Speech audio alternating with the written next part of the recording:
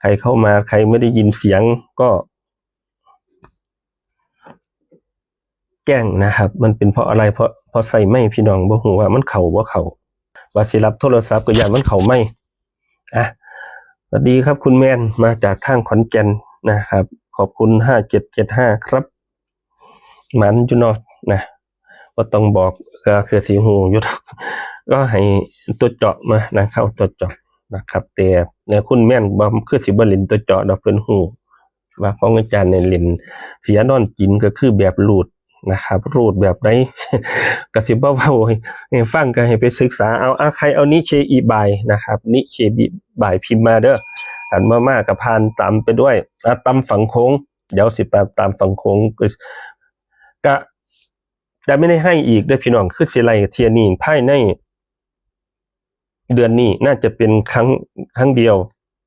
นะจนหวยออกแล้วก็อาจารย์ติดภารกิจในการติดงานนะติดงานในการสุขวัญนาคเพราะว่า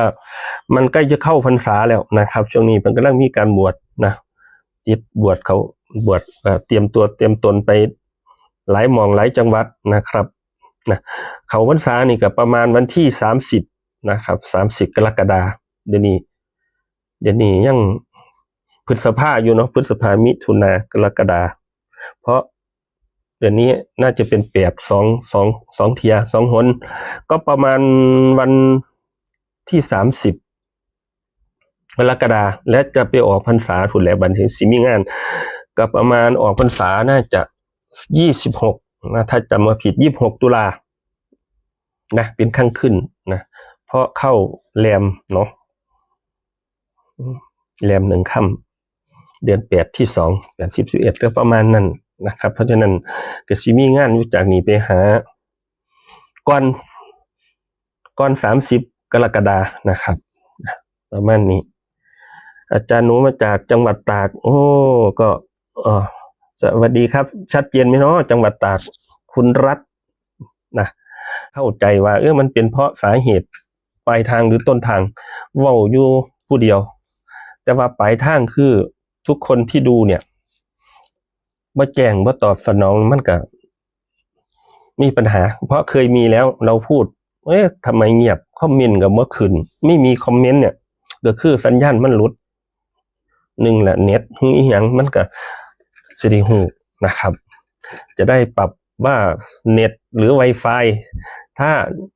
Wi-Fi มันสะดุดตัดก็จะหันไปใช้ในเน็ตเครื่องส่วนตัวเพราะนั้นสิบอกกับนะเพื่อเข้าใจตรงกันเพราะวันนี้คอมเมนต์บ่ขึ้นพิมพ์คำว่าตำฝั่งโขงนะครับซอยกันคนใดคนหนึ่งก็ได้ขอให้ขึ้นตอนนี้มีคุณมานัสมนผู้เดียวมาถึงคำว่าขอบคุณค่ะบางหันเพิ่นน่ะที่ขอนี้เคอีบายดูนี่เครื่องนี้ไหมก็ไม่ขึ้นได้ยินบ่พี่น้องถ้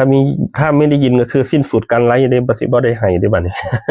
จบนะเพราะสื่อสารไปพูดไปก็ไม่ได้ยินเนาะพูดอะไรไปก็ไม่มีใครได้ยินเพราะไม่มีการตอบรับนะเพราะนั้นทุกคนที่ดูนะก็รบกวนนะครับช่วยสื่อสารกลับด้วยนะเพราะให้ไปแล้วสิบ่ได้ลงนะก่อนจะลงว่าวันที่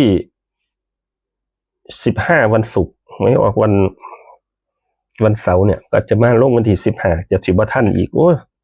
คืออ่านก่อนก็สิว่าอีกนะครับเพราะฉะนั้นก็ช่วยกันนะครับจะได้ให้ไปตามสเต็ปพอเห็นคอมเมนต์เห็นแล้วนะเพราะนั้นมันอาจสิมาถึงปลายทางอาจจะช้าเห็นนะคุณเมียนเห็นนะคุณชวีวันได้10 บาทนี่คือฟังโขงของมือนี่เอาส่วนของรัฐบาลนะครับเลขวิ่งเงินล้านน่าจะเห็นกันอยู่เนาะก็ถือว่าเข้าดีเดือนดีอยู่เลขวิ่งเงินล้านงวด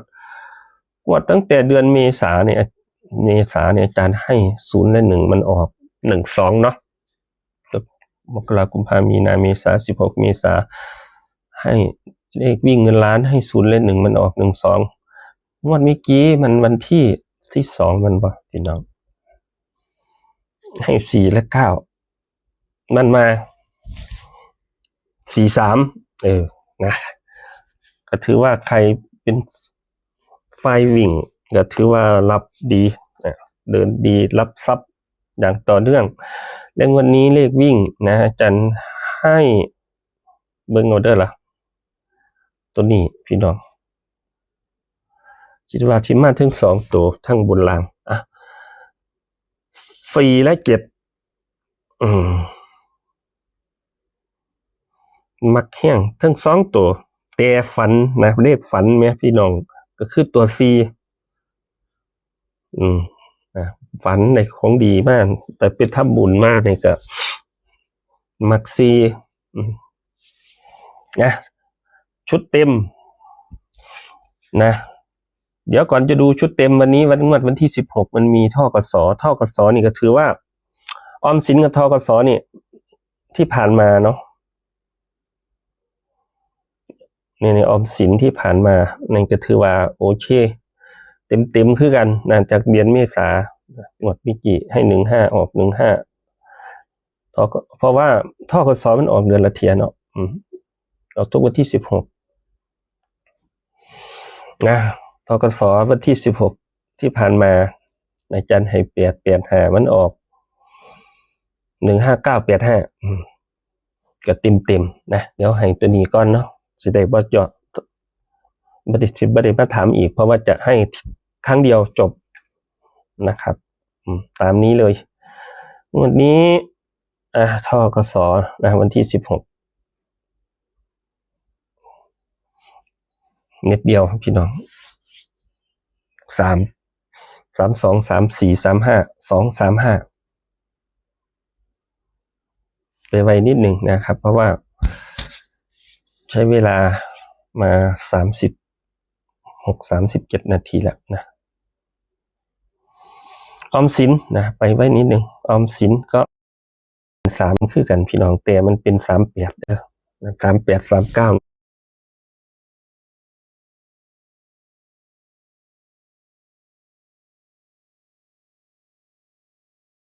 แบบที่38 938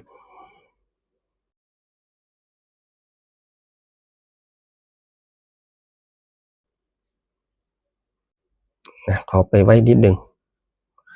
เห็นในกลุ่มขับในกลุ่มอาจารย์ก็ไปลงแล้วล่ะกลุ่มหวยไฟฟ้า16 พฤษภานะตัวเต็มนะหลัก4ก็ตามนี่หลัก7ก็ตามนี่มักตามนี่พี่น้องนะที่อาจารย์ทำแบบนี้เนี่ย4และ7คือ4เนี่ยมันได้เป็นบนนะก็เลยเอามาเป็นชุด3ตัวบนถามว่าหลัก7นั่นมันก็เป็นไปได้ก็มักหลัก7คือกันแต่ที่สำคัญหลัก7นี่ซุมื้อนี่นะตามที่สำรวจดูเขาเริ่มสิบ่รับแล้วนะเริ่มจะปิดนะมันเป็นเลขทะเบียนรถของอาจารย์ออกมา2 งวดแล้วก็คือ77ทะเบียนรถของอาจารย์7789ออก77มา2 งวดที่ยังไม่ออกก็คือนี่แหละพี่น้อง78กับ79เด้อมันได้เลขสูตรพอดีนะลอง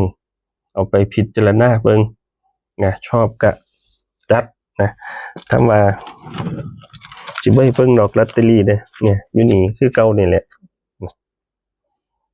พ่ออยู่ดีแหละพอดีมีโอกาสได้ทำบุญที่อำเภอสำโรงทาบวัดป่าธรรมานุสรณ์นะฝันดีพี่น้องฝันดีนะเพราะนั้นก็อยู่ในนี้แหละลองเอาไปพิจารณาเบิ่งเพราะว่าไปเบิ่งพื้นที่ที่ไปรับงานนะครับที่อำเภอสำโรงทาบนะในงานสู่ขวัญนาคก็เลยไปเบิ่งมันไกลกันก็เลยแวะไปวัดนี้พอดีนะครับไปเบิ่งหน้างานก่อนว่าบ้านเพิ่นอยู่หม่องใดจังใดนะครับเพราะนั้นก็นะมีอะไรยังไงก็อยากติดตามเรื่องงานเรื่องการก็ทักไลน์ทักเฟซได้นะครับเพราะนั้นก็ประมาณนี้นะครับก็ขอให้ทุกคน